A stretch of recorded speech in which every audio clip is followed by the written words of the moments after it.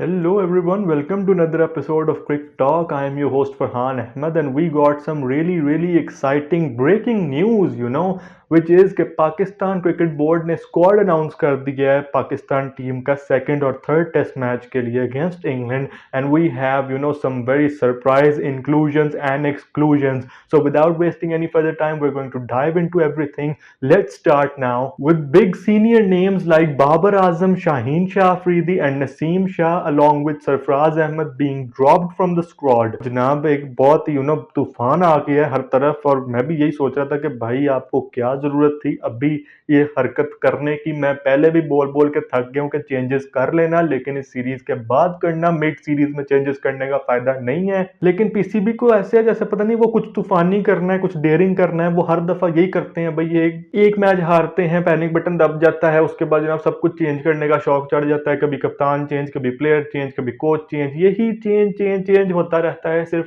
Change नहीं होता तो क्या नहीं होता, मोहसिन नकवी चेंज नहीं होता, पीसीबी के जो हायर अप्स हैं वो चेंज नहीं होते, उनकी सर्जरी नहीं होती। जैसे फखर जमान ने बात की थी कनेक्शन गैप में। फखर जमान से याद आया कि फखर की हमने बात अभी करनी है और भी उसने भी एक बात की है। सो ये एक बड़ी एक अजीब सी बात चल रही है यार कि पाकिस्तान क्रिकेट बोर्ड को पता नहीं क्या जुनून चढ़ा है। अभी सिलेक्शन कमेटी नई आई है, मैंने उस पर भी वीडियो किया है, वो नहीं देखी तो वो देख लेना। मैं उसमें भी काफी बोला था ये जो कुछ नए लोग डाले गए हैं, तो वो भी वीडियो देख लेना। अब हम बात करते हैं दोबारा से यार इसी हरकत की, ये जो स्क्वाड की हरकत इन्होंने की है। सबसे पहले बात होगी जनाब बाबर आजम पे। देखो बाबर आजम ऑब्वियसली मैंने आपको बताया था कि 9 टेस्ट मैचेस हो चुकी हैं, 18 इनिंग्स हो चुकी हैं, 2 साल पे मुहित है ये 18 इनिंग्स और इस पे कोई भी 50 नहीं आई। ऑब्वियसली यार एक बंदे का मोरल डाउन है और वो आउट ऑफ फॉर्म चल रहा है। यू वुड थिंक कि किसी भी ऑर्डिनरी प्लेयर को इतने मौके मिलते ही नहीं है, और अगर मिले भी तो उसको ऊपर तलवार लटक रही होती है कि भाई इसको ड्रॉप करना ही करना है। But this is Babar Azam we are talking about, ठीक है। मैंने आपको पहले भी कहा था अपनी जो सीरीज प्रीव्यू वाली वीडियो थी कि बाबर आजम को एटलीस्ट ये जो 6 इनिंग्स बनती है तीनों टेस्ट मैचेस की, ये मिलनी चाहिए। अगर उसमें नहीं करता रन तो फिर आप इससे मूव ऑन कर सकते हो। That was after the series. I did not से कि भाई एक टेस्ट मैच के बाद ही आप इसको बाहर निकाल के फेंको और किसी और को ले आओ इसकी जगह पे। ऐसे नहीं होता, ये चीज़ों ठीक करने का तरीका बिल्कुल भी नहीं है। और प्लेयर्स जो है ना वो बहुत ज़्यादा उनका मोरल डाउन हो जाएगा। वो ये सोचेंगे यार बाबर आजम जैसा बंदा अपनी जगह नहीं बचा सकता तो हम किस खेत की मूली हैं। और ये सिर्फ बाबर आजम की बात नहीं है, शाहीन को भी इन्होंने ड्रॉप कर दिया है, नसीम शाह को भी इन्होंने ड्रॉप कर दिया। नसीम बेचारे की तो मेरे ख्याल गलती कोई नहीं थी, चलो शाहीन और बाबर का आप फिर भी थोड़ा बहुत लॉजिक बना सकते हो कि यार उनकी फॉर्म नहीं लगी हुई।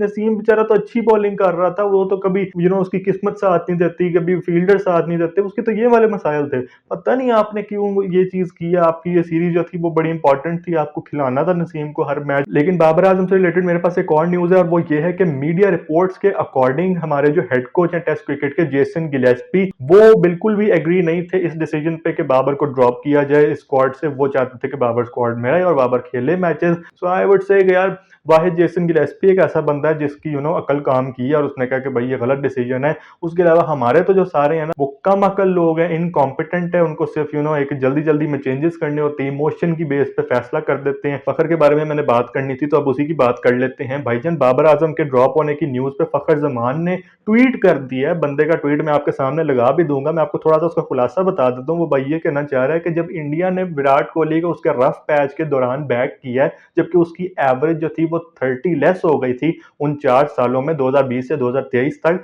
तब हम अपने बेस्ट बैट्समैन एवर प्रोड्यूस को क्यों नहीं बैक कर सकते। इस तरह जो प्लेयर्स हैं उनका मोरल डाउन होगा, ड्रेसिंग रूम में कोई अच्छा मैसेज नहीं जाएगा और इससे आप अपनी क्रिकेट की तबाही ही कर रहे हैं। ये मफहूम है सियाको सबाक एक तरह से आप इनको लगा सकते हो फखर जमान के ट्वीट का। और भाईजान फखर जमान मैं कहता हूँ कि छा गया बंदा यार। कनेक्शन कैप में भी इस बंदे ने बड़ी अच्छी इज्जत से एक बेइज्जती की थी पीसीबी की।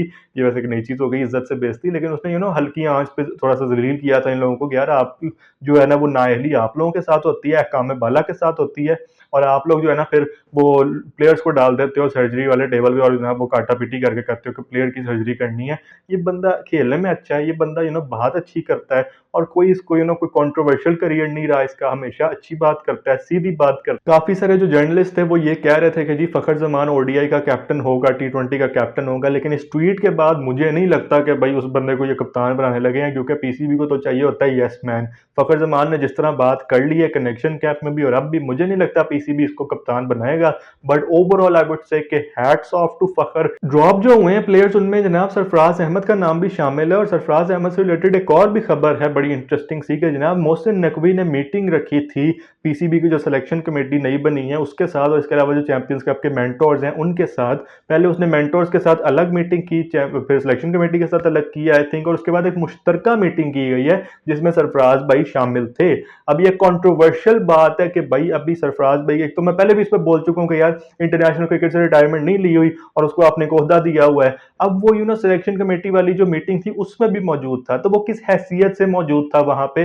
अभी वो स्क्वाड का पार्ट था और साथ में वो उस मीटिंग में भी शरीक हो रहा था, बाद में उसको रिलीज किया गया है। सो ये जो आपके इतने दोहरे मेयार चल रहे हैं ना, इसी वजह से पाकिस्तान की क्रिकेट जो है ना तबाह हो रही है, क्योंकि आपके जो ऊपर बैठे लोग हैं उनकी खुद की कोई जवाबदेही नहीं होती। वो नीचे वालों को पकड़ के रगड़ देते हैं यहाँ वहां और फिर कहते हैं जी कि हमने चेंजेस कर दिए।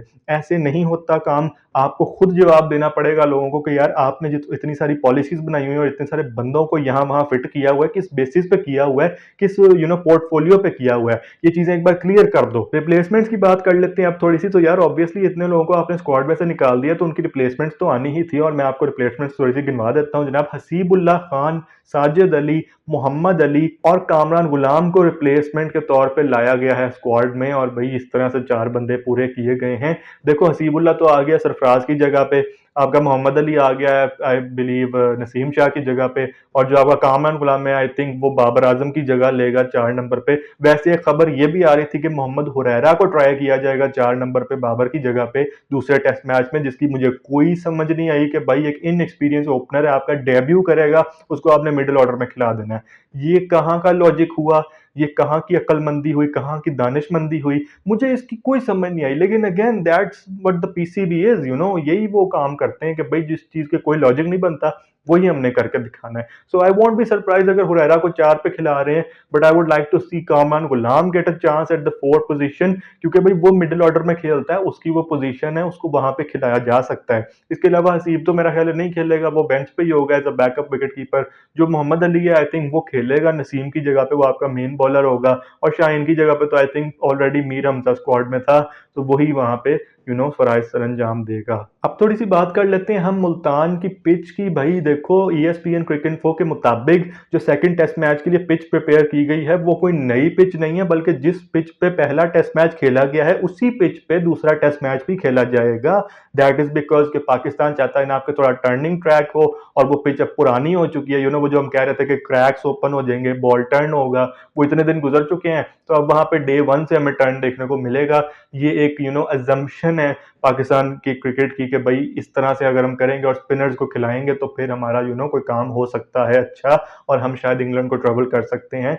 I am like very good, करके देख लो ये भी। वैसे मुझे लगता है कि इंग्लैंड ने कोई ना कोई आपका तरीका निकाल ही लेना है आपको कुटने का। लेकिन यार coming back to the first topic that we discussed earlier today, कि यार जो बाबर, शाहीन और नसीम को आपने बिल्कुल ही ड्रॉप कर दिया है ना, इससे बहुत बड़ा एक बुरा इंप्रेशन गया है पाकिस्तान की क्रिकेट के बारे में। और जो प्लेयर्स हैं आई बिलीव कि ड्रेसिंग रूम में भी हालात बड़े मुश्किल होंगे कि यार ये किस तरह हो सकता है कि आपके जो मेन फ्रंट लाइन क्रिकेटर्स हैं आप उनको एकदम ही साइड पे कर दो कि भाईजान आप तो है ही नहीं मंजरनामे में। ये किस तरह से आप कर सकते हो? आई डोंट नो कि ये किसकी एडवाइस थी। आकिब जावेद साहब ने कहा था, अलीम डार साहब ने कहा था, हु सेड दिस, या वो बिलाल अफजल ने कहा था, ठीक है। आई जस्ट डोंट नो कि ये क्या इनका क्लाउनरी सिस्टम चल रहा है पीसीबी में।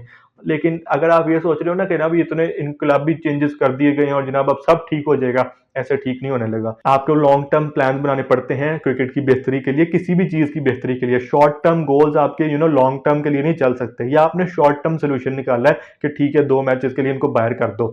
अभी आपका अगर एक मैच आप जीत भी जाते हो ना यहाँ पे, तो अगर ये आपके लॉन्ग टर्म प्लान दुरुस्त नहीं होंगे तो यही लड़के जो है ना आगे चल के काम खराब कर देंगे, क्योंकि आपके पास प्लानिंग ठीक नहीं है। So please trust the process, consistency is the key. आपको हमेशा ये चीज देखनी होती है कि अपने प्लेयर्स को, अपने कैप्टन को, अपनी मैनेजमेंट को आपने बैक करना होता है. If you back them the right way then they can go on to win matches for the side as well. But Pakistan में ये चीज़ नहीं है.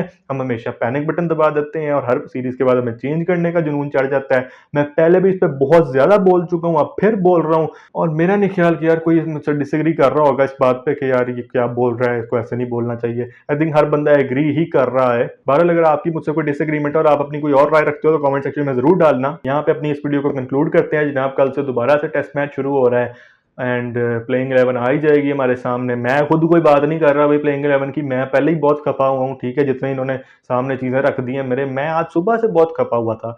संडे का दिन है लेकिन मेरा काम जो है ना वो वीडियोस के रिलेटेड भी, एडिटिंग के रिलेटेड और बाकी जो मेरा ज़ाती काम है वो सब बहुत ऑल ओवर द प्लेस चल रहा था. मुझे अपने चीज़ों को ठीक करके रखना था. शेड्यूल मैंने एक बनाया हुआ था और वो जब ये न्यूज़ आई है ना सारी के, स्क्वाड चेंज हो गया, ये हो गया, वो सारा शेड्यूल मैसअप हो गया. लिहाजा पाकिस्तान क्रिकेट का यही है, संडे को भी आराम नहीं करने देते या आपको अपने काम नहीं करने देते, चैन का सांस नहीं लेने देते. तो यार I am too tired at this point and but I will still be editing this video, I will be uploading this. Yeah I just got to wrap this up very quickly. Video पसंद आई होगी यार video को like कर देना, channel पे नए हो तो चैनल को सब्सक्राइब कर लो, सोशल मीडिया पे फॉलो मस्ट है. मैं आपसे मिलूंगा नेक्स्ट वीडियो में, तब तक के लिए अल्लाह हाफिज.